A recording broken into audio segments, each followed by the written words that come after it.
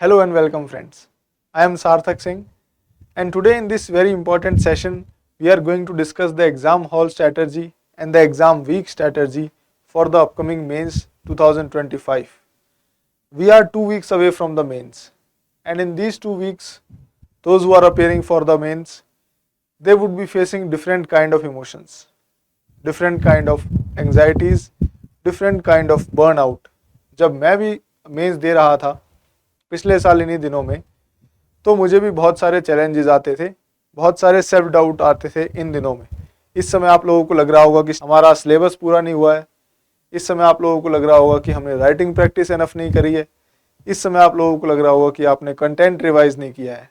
But believe me, इस समय जो मेन गेम है, जो मेन डिफरेंशिएटर है, that is your confidence level. तो हमें अपना कॉन्फिडेंस लेवल बनाए रखना है और हमें अपना कॉन्फिडेंस लेवल गिरने नहीं देना, हमें हार नहीं माननी।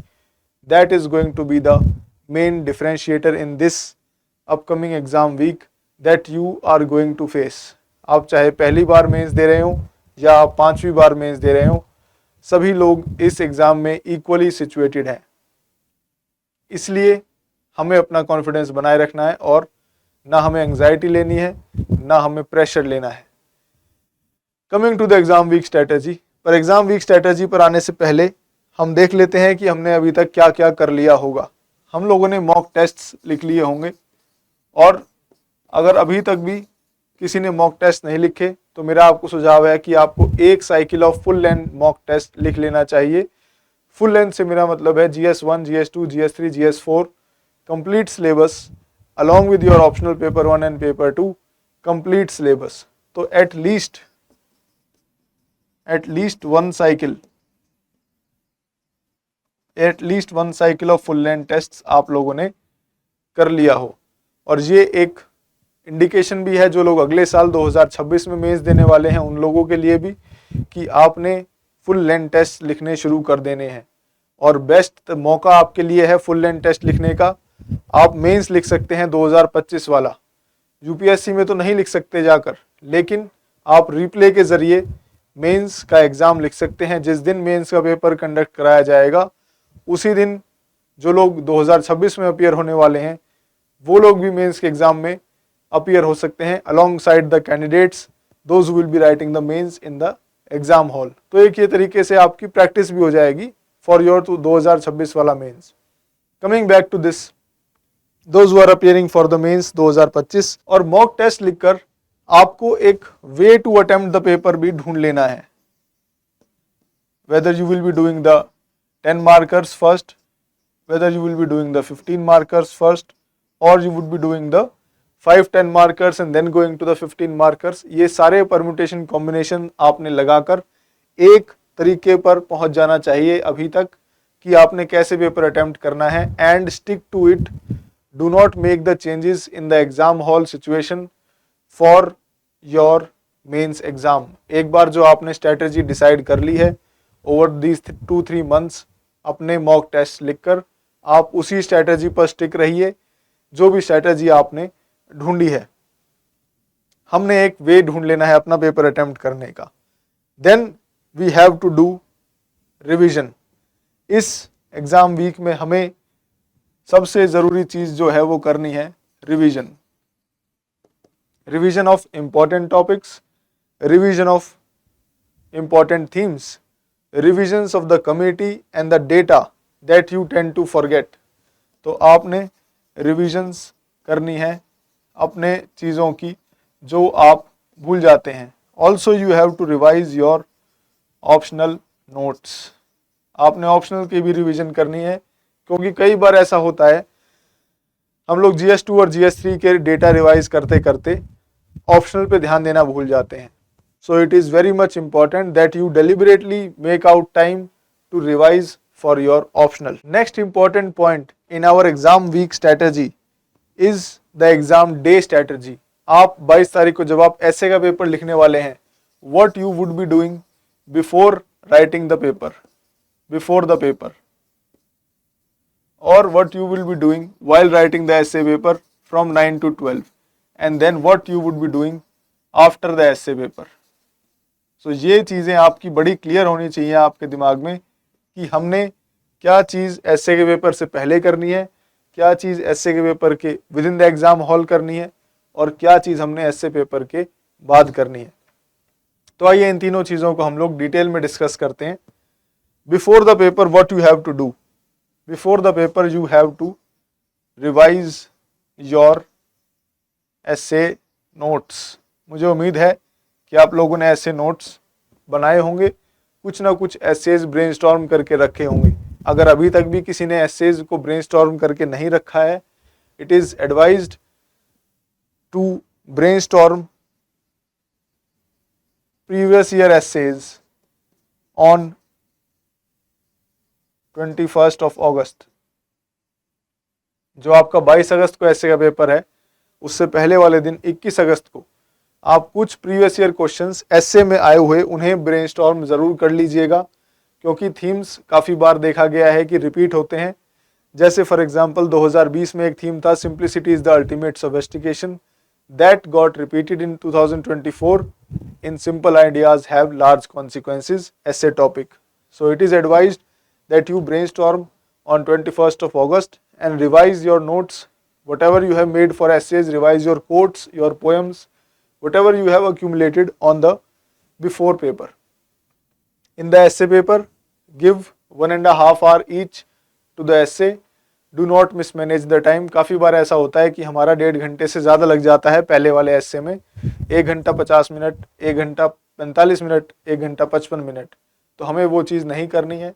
डिवाइड 1.5 आवर ईच, 1.5 घंटा आपने दोनों ऐसे को देना है, 1 घंटा 30 मिनट, और टोटल मिला के ये होगा आपका 3 आवर्स का paper. So you have to manage time in the essay paper. After the essay का पेपर होने के बाद आपको काफ़ी सारे ख्याल आते हैं कि मैंने ऐसे कैसे लिखा, मेरा ऐसे का इंटरप्रिटेशन कैसा था, एग्जामिनर को ऐसे कैसा लगेगा, और क्या मेरे दोस्तों ने भी वही वाले पॉइंट्स लिखे हैं जो मैंने लिखे हैं। तो इन सब चीज़ों से बचकर हमें ऐसे पेपर के बाद अपना paper GS1 and GS2 revise करने पर ध्यान देना चाहिए, बिकॉज आपको अगले दिन GS2 और GS1 का पेपर लिखना है। So you should try and revise both these papers, क्योंकि आपको 12 बजे से लेकर, और अमूमन रात 12 बजे तक हम लोग पढ़ाई करते हैं, तो 12 घंटे का टाइम आपको मिलेगा इन दोनों पेपर्स को रिवाइज करने के लिए एसए के बाद। तो हमें ये डिसाइड करना है अपने स्ट्रेंथ और वीकनेसेस के अकॉर्डिंग कि हम लोग इस टाइम को कैसे बेस्ट यूटिलाइज करेंगे एसए के पेपर वाले दिन, जो कि है 22 अगस्त को। उसके बाद आएगा नेक्स्ट डे जो कि है 23 अगस्त, और वहाँ पर होगा GS1 का पेपर और GS2 का paper. Before GS1, during GS1, after GS1, that is your break. जो ब्रेक का टाइम होगा 12 से लेकर 2:30 बजे तक का, उसमें क्या करेंगे हम लोग, then GS2 and then what after GS2। तो ये चीज़ें आपके दिमाग में बड़ी क्लियर रहनी चाहिए कि हमें क्या करना है, किस समय पर मुझे किस स्थिति में होना है, किस माइंड फ्रेम में होना है। बिफोर GS1, सुबह 9 बजे GS1 का पेपर होगा, उससे पहले आपने अपने नोट्स रिवाइज करने हैं, GS1 के notes to be revised. And जो मैं करता था एग्जाम हॉल में जाने से पहले, आप 1-2 लाइन, 1-2 पैराग्राफ अपने हाथ से, जब आप 8, 8:30, पौने 8 बजे एग्जाम हॉल में घुसेंगे, तो before you go into the exam hall in the morning, 1-2 paragraph आप अपने हाथ से लिख के जाइए, उन्हीं कॉन्सेप्ट से रिलेटेड, उन्हीं वर्ड्स और उसी वोकैबुलरी से रिलेटेड जिस वोकैबुलरी का आप पेपर लिखने वाले हैं। जैसे अगर आप GS1 लिखने वाले हैं, तो आप कोई भी एक मॉडर्न हिस्ट्री या कल्चर का क्वेश्चन लीजिए और उसको अपने हाथ से 2-3 पैराग्राफ या उसका इंट्रोडक्शन और कंक्लूजन लिख लीजिए। That would be helpful in breaking your inertia, क्योंकि सुबह सुबह हम लोगों ने लिखा नहीं होता है, तो थोड़ा सा इनर्शिया रहता है बॉडी में, मसल्स में, हाथ में। इसलिए आपने अपने नोट्स रिवाइज करने हैं, plus write a few lines before going to the exam hall with the same pen which you are using to write the exam. GS1 का पेपर मिलेगा, attempt the paper within time limits and word limits. कई बार ऐसा होता है जो question आपको ज़्यादा आता है उस पर आप लोग बहुत ज़्यादा टाइम लगा देते हैं और बहुत ज़्यादा शब्द यूज़ कर देते हैं। तो हमें ये कोशिश करनी है कि जो 7 मिनट का क्वेश्चन है 10 नंबर के लिए, उस पर हमने 7.5 मिनट से ज़्यादा नहीं लगाना है, चाहे बेशक आपको वो अच्छा आता हो या आपको वो ना आता हो। यदि हम हर एक क्वेश्चन पे टाइम लिमिट फॉलो करेंगे तभी हम लोग 3 घंटे में कंप्लीट पेपर कर पाएंगे। And similar is the thing that you have to do in the break. Break में you have your lunch and revise the notes, and after you revise the notes you write few lines before going to the exam hall. क्योंकि again lunch के बाद जो एक afternoon slump आता है उसमें हमारी जो है रिलैक्स हो सकती है मसल्स और आपका हाथ भी थक चुका होगा। So it is always better to write few lines before you go into the exam hall. Again GS2 में भी हमें सेम अपनी जो स्ट्रैटेजी बनाई है हमने एग्जाम हॉल स्ट्रैटेजी, उस पर स्टिक रहना है।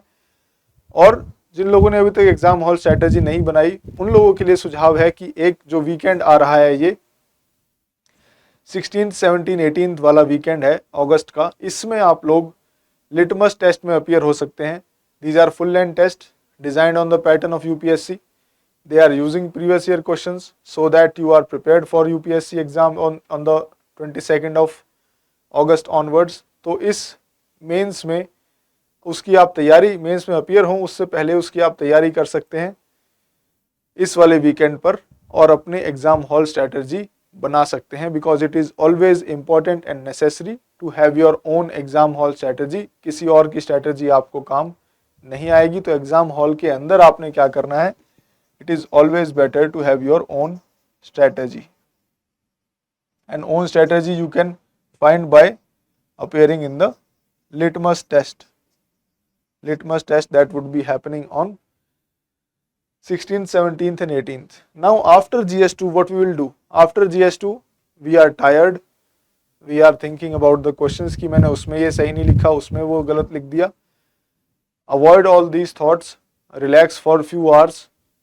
आप लोग 5:30 बजे GS2 खत्म होगा, you relax up till 7। उसके बाद you get on to revision of your GS3 and GS4 का revision. According to your strengths your weaknesses you have to revise these two papers in these hours that you have from 7 up till 12 in the night. तो ये आपने ज़रूर करना है।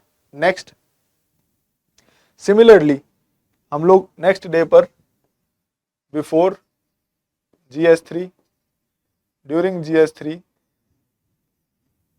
during the break, during GS4 and after GS4. So before GS3 you know what to do. You will revise your notes, you will write a few lines and again you will go with the confidence in the exam hall and appear in the GS3 paper. Now during the break also you know you will have lunch as you had done the previous day and then you will get on to revision of your ethics notes and you will appear in the ethics paper to have your own exam hall strategy to be applied while writing the exam. But now here what is the most important thing, what you do after GS4. So GS4 के बाद आपने क्या करना है, GS4 खत्म होगा आपके पास 24 तारीख को शाम 5:30 बजे। उसके बाद हमें क्या करना है, you can take a few hours rest. Few hours rest ले सकते हैं आप because you have gone through the 3 days of continuous writing. Heavy sitting आपने करी है और बैठ के आपने लिखा है तो बॉडी ऑब्वियसली एग्जॉस्टेड होगी, माइंड ऑब्वियसली एग्जॉस्टेड रहता है। To take a few hours of rest, हमने उस दिन रेस्ट करना है एथिक्स का पेपर लिखने के बाद। After you take your rest you collect your optional notes। आपने ऑप्शनल के नोट्स इकट्ठे करके एक साथ एक जगह पर और उसमें आपने ऑप्शनल नोट्स देख के अब अगले 6 days के लिए अपनी स्ट्रैटेजी बनानी है कि मैं कैसे GS के पेपर्स के बाद और ऑप्शनल के पेपर से पहले वाले वीक को अप्रोप्रिएटली यूटिलाइज करूंगा। वो वीक आपका ऑप्शनल प्रिपरेशन के लिए होगा, जिसको हम ऑप्शनल प्रिपरेशन वीक कह सकते हैं। Also what is most important along with the optional is your compulsory language paper.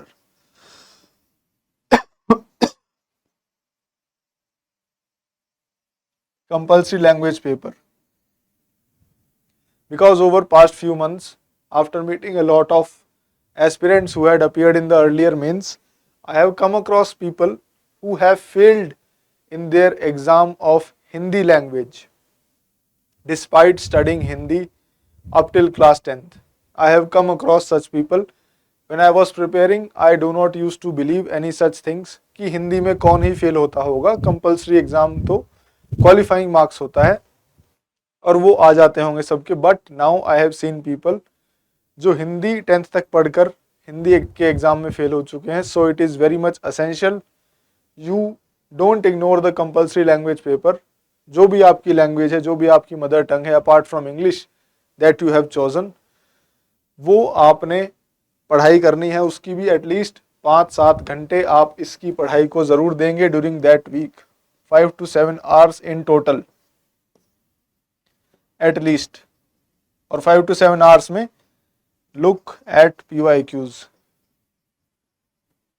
ये आप कर सकते हैं। And rest of the time is for optional. जो भी आपके अराउंड 6 days बचे वो आपके ऑप्शनल के लिए हैं, वो आप आराम से ऑप्शनल की तैयारी कर सकते हैं उसमें।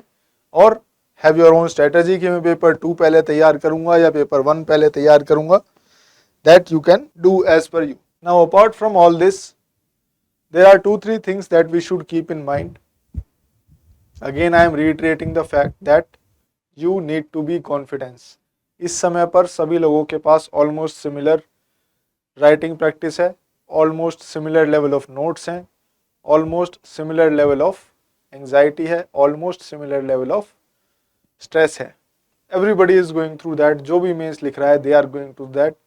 तो हमें ये अज्यूम करना है कि we are a hard working person, we have worked very hard in last 2-3 months and we can clear this mains exam. So you have to tell yourself on a daily basis that you will remain confident in the exam hall, and once you are confident in the exam hall, you will be able to do wonders which you yourself would not have imagined up till now. So friends, the whole conclusion is from now onwards up till the optional paper 2 when it gets completed, you have to remain confident, you have to remain hopeful of good results, of positive results after the mains exam. And those of us who are not able to appear in the mains 2025, we can definitely prepare ourselves better by appearing in the replay exam that is being conducted for 2026 and 2027 aspirants, that is writing the mains on the day of the mains exam. So हम लोग अपनी तैयारी को improve कर सकते हैं, अपने आप को इवेल्युएट कर सकते हैं उन्हीं क्वेश्चंस पर जो क्वेश्चंस यूपीएससी 2025 मेंस में पूछने वाला है। And why it is important to write it on the same day of mains? Because when you write it 2 months after और 4 months after, what will happen is you would have already seen the questions and you would have some idea, you would have googled the answers or you would have discussed with your friends. तो वो जो gravity और intensity है वो question की, that reduces. So that is why we are conducting the replay on the day of the mains. And those of you who are writing mains, stay confident and all the very best. Thank you so much.